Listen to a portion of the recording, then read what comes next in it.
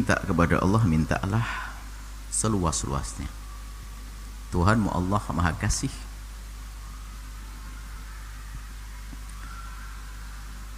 Jadi jangan sampai kita di saat mohon kepada Allah, mohonnya orang marah. Sebetulnya kita marah kepada Allah. Halus contoh,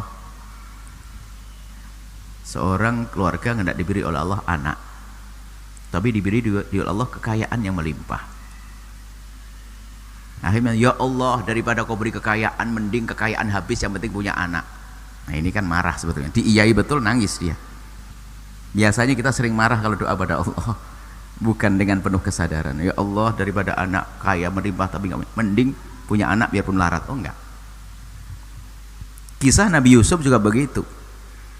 Nabi Yusuf doanya mengatakan, penjara lebih aku senangi daripada aku harus melakukan memenuhi ajakan Imra'atu Aziz. Lebih baik masuk penjara. Gara-gara ngomong lebih baik masuk penjara, di penjara. Coba nggak ngomong begitu, tidak. Artinya kalau ngomong yang benar, yang baik, mending kalau tadi, ya Allah, seperti kau mudahkan rizki untukku, berikan pada kau anak. Ngomong gitu, jangan marah kepada Allah.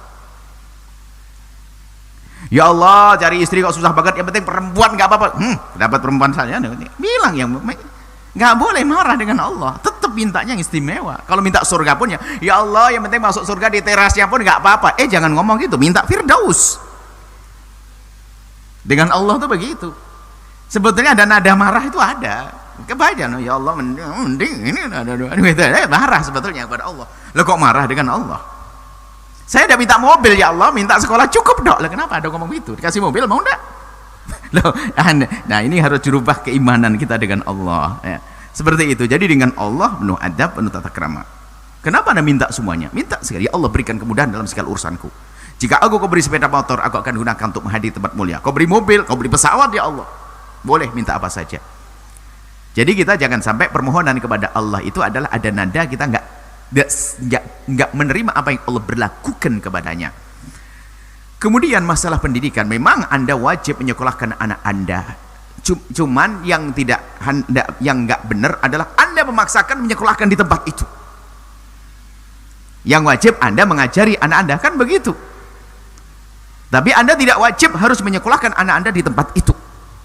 Sesuai dengan kemampuan Anda. Jangan beralasan, ini kan wajib, yang penting saya masukkan. Loh, itu kan ada manajemennya, ada aturannya, biaya yang mahal. Ya jangan masukkan anak Anda ke biaya yang mahal. Tapi kan pengen sukses. Mulai kapan sukses harus pakai biaya yang mahal?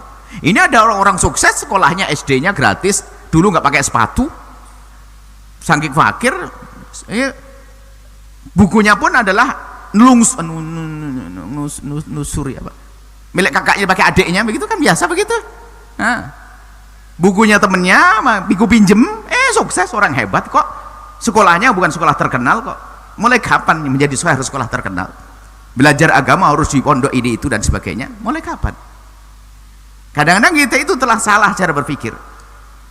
Harus, tapi mungkin maksud dia itu Anda sudah benar. Memasukkan Anda ke sebuah tempat yang Anda duga. Tentunya waktu Anda memasukkan anak Anda ke tempat tersebut ada hitungan. Kalau misalnya ada orang masukkan anaknya 1 bulan $1.500. Nah kalau kami punya anak kayaknya enggak deh, ngapain saya masukkan situ kok repot. Mungkin nih hidup. Ya, saya enggak akan masukkan situ, saya berhitung dong. Gaji saya berapa? Berhitung, kalau saya paksain alasannya Pak, ini kan demi keselamatan anak saya. Ini adalah tawakal yang ngaco tadi itu. Harus punya perhitungan dong. Saya punya pemasukan begini, saya masukkan tempat ini. Yang menjadikan sukses siapa? Allah. Tugas kita adalah membiayai anak kita, ngurusi anak kita, itu yang menjadikan sampai adalah Allah. Nah, kemudian jika terjadi seperti tadi penanya, kok 4 bulan, berarti sepertinya dia sudah masukkan anaknya ke dalam perhitungan yang benar. Menurut dia adalah saya mampu membayari anak saya di sekolah saya, oke, saya masukkan di situ. Saya mampu biar. Ternyata namanya hidup, ada saat lancar, ada saat tersendat, bahkan ada saat macet beneran. Ini bagaimana? Nah, Anda bisa berdiskusi. Yang nggak boleh adalah diam-diam nggak mau ngomong. Di telepon susah, itu wali santri kurang ajar namanya.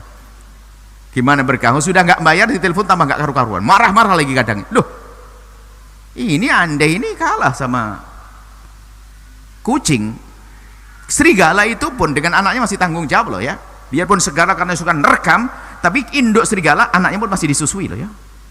Ini seorang manusia, anaknya ditaruh di pondok nggak bayar bertahun-tahun. Ini kalah sama binatang. Nggak pernah mikirkan. Bukan karena dia tidak mampu, tapi karena saya tidak mampu. Loh, kalau tidak mampu diskusi dong. Dari awal bulan 12 sudah diskusi, ngomong ke manajemen, bisa enggak, saya belum mampu dan sebagainya. Kasih tempo dan jelaskan. Barangkali dapat diskon, dispensasi, kelonggaran atau sebagainya. Atau ternyata, waduh Pak, mohon maaf manajemen kami tidak bisa. Kalau petunjuknya gimana? Anda tidak harus memaksakan di sekolah yang seperti itu. Masih banyak tempat menuju surga yang banyak. Dan tidak usah gengsi. Lagi-lagi repot gara sombong. Malu dong, biasa sekolah di sini kok pindah. Lah ini sudah kalau sombong. Sombong mau masuk surga. Masa saya turun pangkat dong dari sekolah keren, sekolah keren, mau turun, lah ini sudah mulai ngaco ini. Memilihkan sekolah anaknya bukan untuk menuju Allah, tapi untuk mengangkat kesombongannya. Ini terjadi, seorang ibu-ibu mengadu anaknya tidak bisa membayar sekolah kepada kami. Wah, ini kejadian.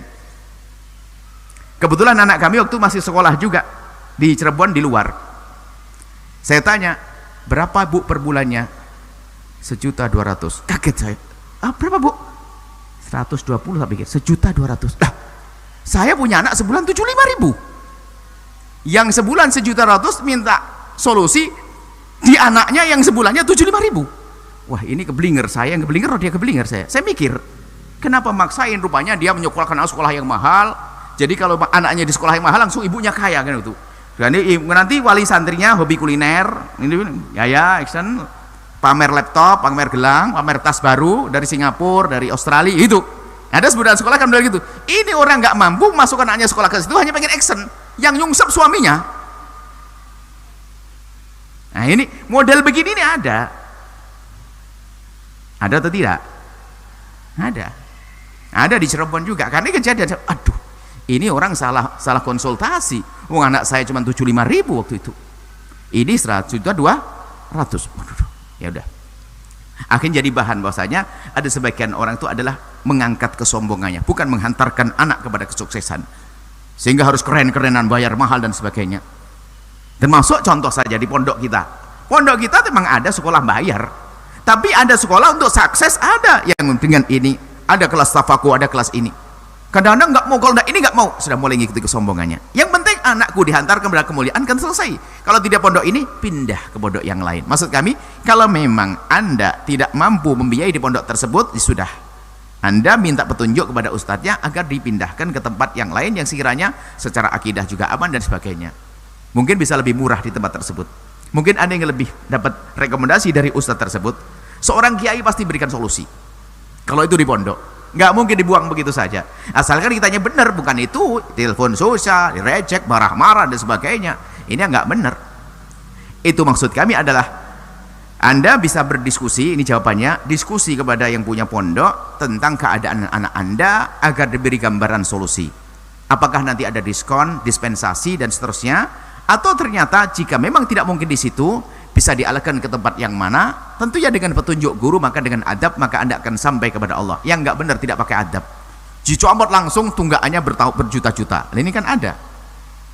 Kita kan juga ada pesantren, ada orang tunggakannya banyak, tiba-tiba pergi begitu saja.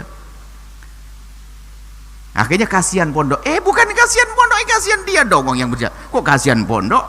Aneh banget, Anda ini salah berpikir juga. Yang kasihan dia, punya tanggung jawab, ditinggal begitu. Kalau pondok adalah tempat untuk menuju pada kemuliaan, seperti itu. Jadi Anda bisa diskusi, kemudian setelah itu kalau harus pindah, nggak usah gengsi, hilangkan gengsi, maka Anda akan ketemu kepada kemudahan. Kalau kami bahasa sederhana, kesederhanaan itu adalah menjadikan Anda kaya sebelum kaya.